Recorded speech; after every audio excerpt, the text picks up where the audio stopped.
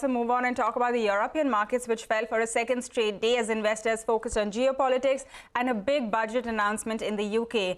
So Rishi Sunak's new British government has unveiled its long-awaited fiscal plan. It proposes sweeping spending cuts and also several tax hikes. Remember, Sunak's predecessor Liz Truss lasted barely 45 days in the job after roiling the market with her tax cuts. So Sanjay is here with more on what Sunak's fiscal plan looks like right now.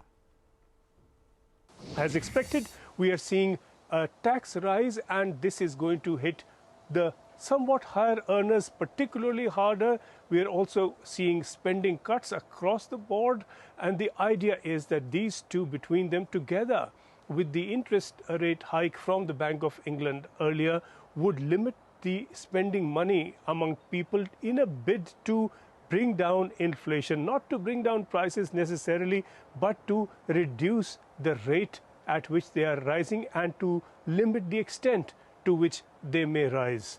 And of course, we know that the tax rate increases are needed to help to balance the government's books a little. This government is quite deep in debt, and if not deal with that imbalance even appreciably, at least to reduce the imbalance somewhat. The danger, of course, is rather obvious that this can potentially limit growth, and this is a danger particularly for Britain. Britain is at the bottom of the league among the developed countries on GDP. All of them have registered a growth. Britain alone has registered a fall.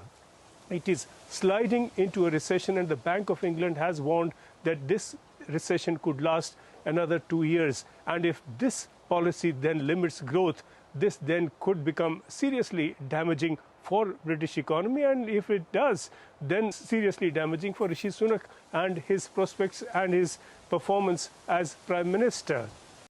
All right, Sanjay, thanks a lot for getting us all of the details. We'll, of course, keep coming back to you for updates on how the UK situation is playing out. But that's everything that's happening globally. Let's talk about how our markets are likely to open, all of the cues and news that you should track as we get into a fresh trading session. We have